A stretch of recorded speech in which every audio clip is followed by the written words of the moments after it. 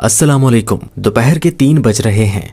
धूप बहुत ज्यादा अच्छी महसूस हो रही है। कल रात की हल्की सी रिमझिम की वजह से मौसम अब बेहतर हो गया था। इस स्पीड ब्रेकर ने मुझे और मेरी गाड़ी दोनों को हिलाकर रख दिया था। ये वो जगह है जहां मुझे हमेशा वैन वाले या रिक्शे वालों का रश मिला है। ये देखें जरा, इस रिक्शे ने ऐसे कट मारा है जैसे रोड इस भाई के डैड की है। सवारी उठाने वाली जितनी भी गाड़ियां हैं, बस उनको सवारी नजर आ जाए तो वो रोड के बीच में ब्रेक लगा देते हैं। इस तरह एक बार मेरा एक्सीडेंट होते होते बचा था। रूटीन के मुताबिक पेट्रोल पंप पर आकर गाड़ी में पेट्रोल डलवाया। गाड़ी की टैंकी और इंसान का पेट अगर भरा रहे तो सब कुछ ठीक रहता है। माशाल्लाह रोड पर हर तरफ गाड़ियां ही गाड़ियां हैं। मेरे ख्याल है कि अगर पाकिस्तान की आबादी 25 करोड़ है तो गाड़ियों की तादाद तकरीबन 10 करोड़ के आसपास होगी। मुझे अब सर्दी लगने लगी थी और गाड़ी में बैठे बैठे ही मैंने अपनी हुडी पहन ली थी। एक अच्छे ड्राइवर की तरह मैंने सीट बेल्ट लगाया हुआ है। हाँ जी भाई, आप गुजर जाएं मेरी खैर है। ये खन्ना पुल का एरिया है जहां आधी सड़क पर तो मछली वाले, माल्टे वाले और लंडा बेचने वालों ने अपनी अपनी रेडियां लगाई हुई हैं। ये ट्रैफिक कंट्रोल वाला जो कैमरा ऊपर लगा हुआ है ये किसी काम का नहीं है, इसलिए मोबाइल को मैंने अपने हाथ में ही पकड़े रखा। जिस पुल से मैं गुजर रहा हूँ इसे खन्ना पुल कहते हैं। ये पुल इस्लामाबाद और रावलपिंडी को आपस में मिलाता है। ये गोल चक्कर, मैं इसे हमेशा गोल चक्कर ही कहता हूँ। यहाँ अक्सर बाइक वाले तेजी से गुजरने की सूरत में गिर जाते हैं और उन गिरने वालों में आपका भाई यानी मैं भी शामिल हूँ, इसलिए मेरी और बाइक की कभी नहीं बनती। इस दूल्हे की गाड़ी को देखकर एक बार फिर मेरे अरमान आंसुओं में बहने लगे थे।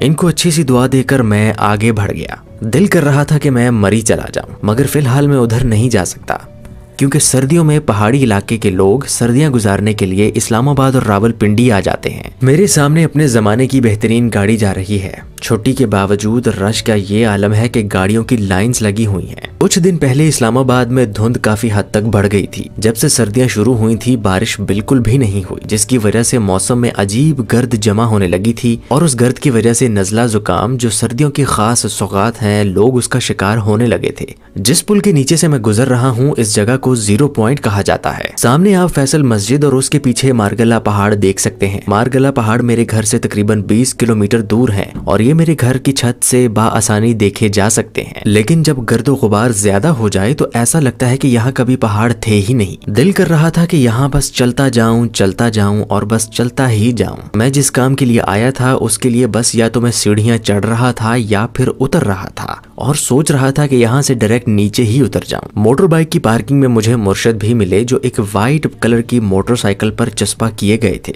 मुझे ये हमेशा बताया और समझाया गया है कि सड़क क्रॉस करने से पहले दोनों तरफ राइट और लेफ्ट नजर घुमा लेनी चाहिए।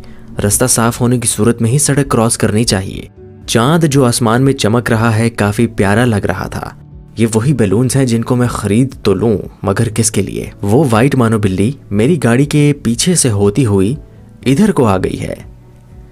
ये शायद मेरे साथ जाना चाहती है, मगर नहीं, वो तो डर रही है। शाम का एक बहुत खूबसूरत मंजर।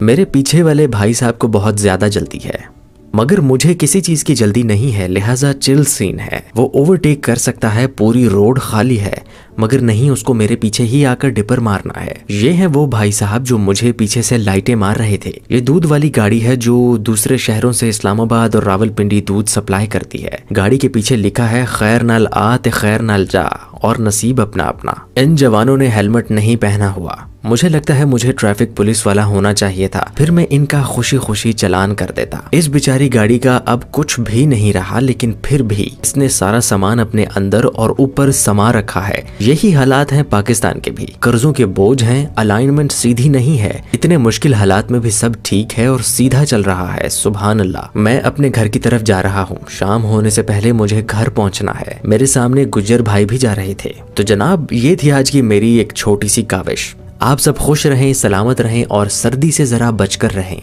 मुझे दुआ में याद रखिएगा। अल्लाह हाफ़िज़।